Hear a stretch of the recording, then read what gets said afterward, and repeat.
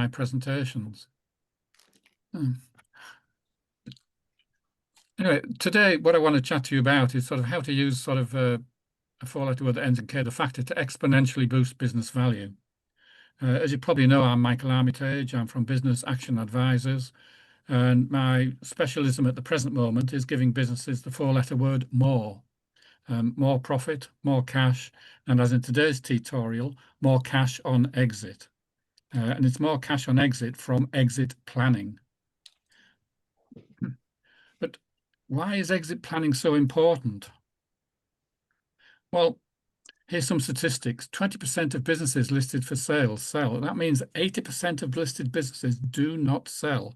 So in other words, you do not get the money at the end that you would like to get at the end of your business. So another statistic for you. There's certainty in it because you are going to exit your business at some point in time. So having a look at the previous slide when it said 80% of businesses sell, that means you've got to have a look at how you sell the business. How are you going to sell it? It also informs you as to who you're going to sell it to. Because if you pass it on to a family member, how are they going to pay you the 10 million that you want for the business? Are you going to saddle them with a loan? Are you going to give the business away for nothing? So you've got to plan all of these things. You've got to plan your exit. But in all of that, let's look at this here and see, some statistics for you. 55% of all business owners don't leave at the very end when they want to retire. They actually leave because of the 5 Ds. That's death, disability, divorce, disagreement, disaster. And that brings on the other 2 Ds, which is devastation and diminished value of your business. For several years, I dealt with an American supplier who was a one-man band. He had 635,000 email followers for his newsletter. He sold a very useful software product for $49 I bought, and he upgraded it every 6 months for $49. That gave him an income of over 1 million a year. Unfortunately, he got one of the 5 Ds. He died of a heart attack. But from that date, I never got another email from him again, and I never heard from anything of his business. His business ceased. Why? He had no exit plan. There was suddenly no business. His business died with him, and his widow got nothing. But with these 5 Ds, you've got to remember to use the right word to describe them. I mean, a lot of people describe these and say unplanned. Well, that's the wrong word. The word you've got to use is untimely, because it's untimely that these things happen, because you can actually plan for them. You can exit plan for these. For example, you can have key man insurance to cover death, disability, so that money goes into the business to enable it to recruit somebody new and then continue in business. So instead of exiting with no cash, you've got to have a look at your position in your business and say, what am I going to maximize in this? I've got to maximize the value. You've got to make your business more attractive. You've got to make it easily transferable to somebody, because you want that more value. And you've got a plan to overcome the 5 Ds and make it saleable. And the thing about this as well is, remember that exit planning is actually a process. It's not just an event. It's actually a process that you've got to go through, because it's a process that takes quite a few years to get to that end point. But the exit is not just an exit. We use the word exit, but that's only exit for the owner. You as the previous owner are just exiting the business. The business is not exiting. The business is not stopping. The business is continuing on. It's not the end of the business. It's a transition to a new owner, because it's business as usual for the business. So you've got to have a plan to make sure that the business continues on, it's more valuable, it's saleable. But it's only, as I said, an exit for you, the owner, because the new person coming in, what do they want out of it? Well, they've invested in your business because they want a return from it. But you ask yourself, what return do you want from the business? Well, you've got to exit with cash. You've got to have an exit plan. You want to exit with more cash. You've got to try and perhaps set it up to be sold at any time, because exit is a process, not an event. But let's have a look at things here as well, is the value. So what's the value of your business? Well, here's sort of results of a survey. Look, you get a D-class company. It's only worth 400,000. If you're an A-class company, you get 1.6 million. That's 4.6 million times 4.6 times the value of a business. And you can see on this, most businesses are valued down in the average to low performers. There's only 10% of businesses valued at the premium end of it. And if you want a premium for your business, you've got to work on it. You've got to have an exit plan and go through the process. But how do we do that? You know, sort of what levers and drivers can you pull to double a value? What is there in this that you need to do? A lot of people just think, let me just increase the profit, or let me just grow the profit, let me grow the business. But is that everything that you can do with a business? Because business is actually valued on profit times a factor. You know, someone sees that my profit is 400,000 and therefore I get 400,000 as a D business. If I'm then valued at 4 times my profit, I then get 1.6 million for my business. So that's the difference between the D sort of company and an A company. So how do you get to this premium price paid to you? Well, you've got to concentrate on the other side of the equation, because it is an equation in there that makes your business worth. As I mentioned, there is your business worth is a profit times a factor. And this factor is the 4-letter word ending in K, right? That it is the multiple of your profit that you achieve when you sell the business. So you've got to create a value, because the value is profit times the factor. So you've then got to say, how do I grow my value? Not just grow the business, how do I grow the value of my business? Well, the K-letter, the low word, is risk. Because what happens is that you have several risks in a business, because you're not just passing on a profitable business to the new owner, you're passing all the risks that you created and the ones that you assumed in getting the business to where it is today. No, when you started the business, you took a risk. Let me take a risk. Let me open a business. Let me start a business. You then continued that risk. You said, let me try and sell this product. Let me find a risk in setting a selling price, a risk in taking the customers on. Will they pay me? The risk in sort of choice of supplier. Can these people keep supplying me? You've got a risk involved in having staff members. So business is all about risk. And on exit, what people pay you for is a low risk. If you've got a low risk in your business, you have a high value for your business.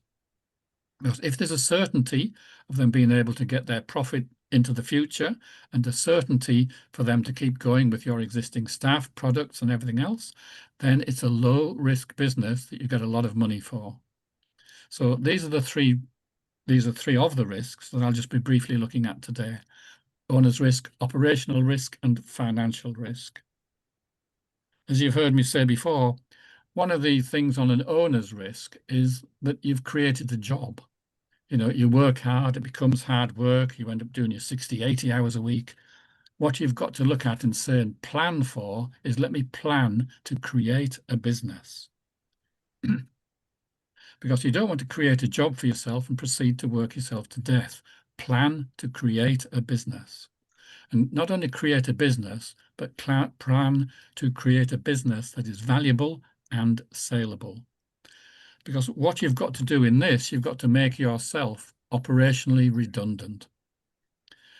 You've got to move away from being the sort of the one-man band, the one who's everything in the business, to orchestrating a business that's all singing off the same music notes and they're all playing in harmony. And that's what you've got to create within your business. You do that, you've got to delegate, you've got to systemize, and you've got to make sure that you set up the business that can operate without you for 3 months. Because in case some of those dreaded Ds happen, you've got to be able to, that the business operates for 3 months without you. I had a client who worked 38 hours in the business and 2 hours on the business, yet his business was worth over 2 million. Sort of, how did he do that? Well, he planned it that way because he actually employed professionally sort of selected chief executive and MDs into the business. And so he could remain. Where was he? He was on the factory floor working the CNC lathe machine and owning a 2 million business because that's what he enjoyed doing. Because when you have the business, you've got to enjoy the business. It isn't just going in there and flogging yourself and doing stuff. You've got to enjoy the business. So, and the other thing about it as well with that client is you don't let ego get in the way of sort of your business, running your business. Sometimes people want to be the MD and they're not MD material or chief executive. A lot of times, sometimes things happen by accident. You're the eldest son, so you should take over the business, but you may not be the right person for the job. So in all of this, being the owner, you've got to make yourself operationally redundant and get the people in who are going to drive your business forward and drive the value for you. And part of that as well is the operational risk. Most times, the biggest operational risk is the systems, the processes, the procedures, because people don't have them scalable. Because when somebody buys your business, they want it to grow. They just don't want it to remain stagnant and make 80,000 a year profit every year. They want it to increase every year. They want to get more every year from it. So you've got to have scalable systems that are documented, not in people's heads, but actually documented systems.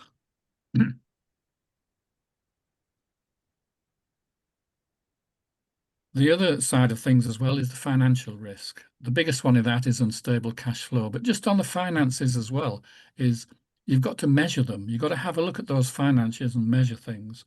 I had a client who thought he was okay making 80,000 a year profit, but he had 3 million in assets that enabled him to achieve that 80,000 profit.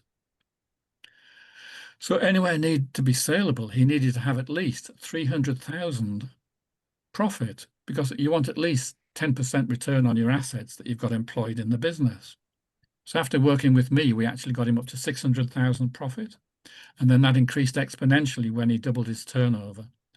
So you've got to have a look at all of these things in a measurement basis. But one of the biggest measurements that you need to look at as well is the cash flow. How stable is it? Is it unstable? Because somebody doesn't want to take over your business and suddenly find next week I've got to inject another few 100,000 into the business. So you need to have a stable cash flow. And with that, you need to have a cash flow plan.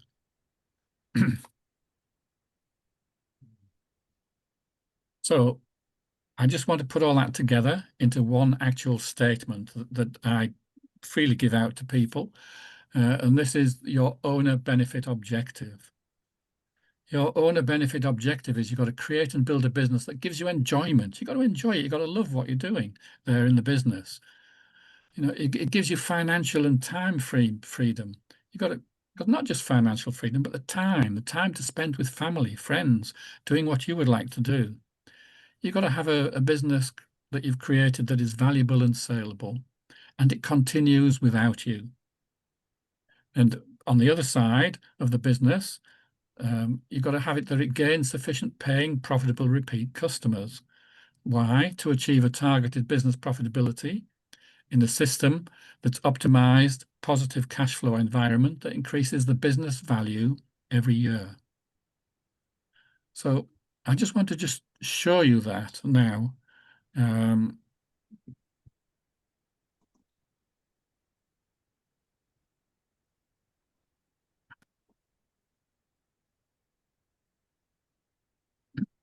Right, so here, if we have a look at, say, a business here and say in our business risk factor here, say we are on this, that we're now the business owner and we do a lot in the business. We do all the jobs, we do everything else. You can see here that the business doesn't have much value.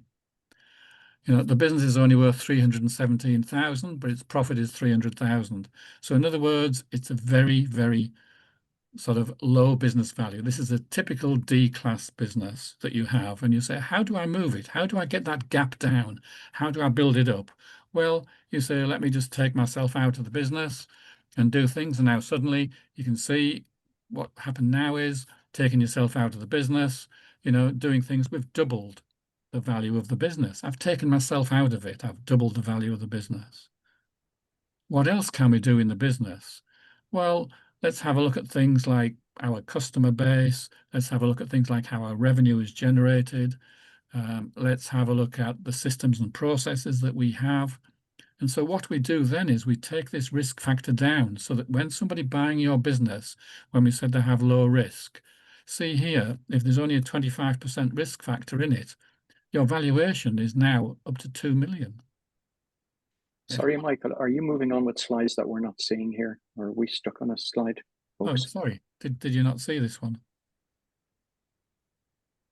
I'm looking at owner benefit objective. Yeah, how do I get onto this one? The arrow just hit your next one, arrow down. This is on a different thing. This is through the internet. You have to stop sharing and reshare. Oh.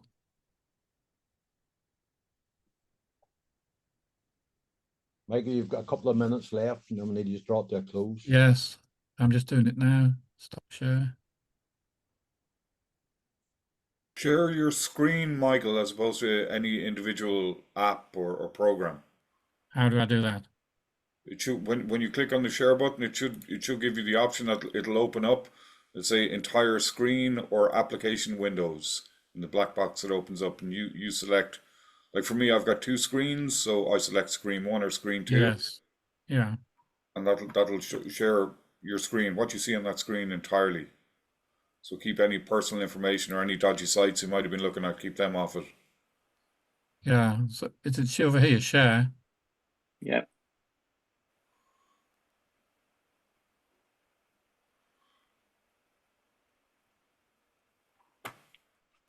Might just be, Michael, just wrap it up with the few comments. Yeah.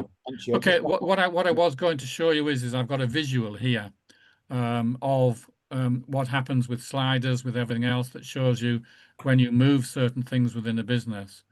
Obviously, when I have one-to-ones with people or meetings with you, I can show you this. But what it shows you is that, sort of when you have a D business and say you've got 100% risk factor, your business is worth nothing. When you take out the business owner and you replace him with various other people you've delegated, you've got your processes, then your business starts to increase in value. So it's just a visual that I had here to show how everything was. Michael, copy the link into the chat and people will be able to open it. Okay. Just select the link, copy it and paste it into the chat. Yeah, that'd be the easiest way. Yeah.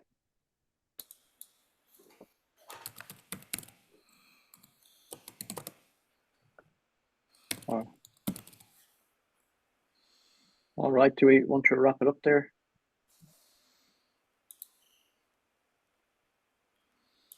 Okay, so basically what I'm saying in all of this is, you've got to plan your exit. You've got to spend time on planning the exit. You don't just sort of plan to run your business. You've got to plan to exit your business. And exit planning takes several years to do. It isn't something that's an overnight thing. And you've got to plan it to make sure that you get the best value you can from your business. And that's it. Thanks.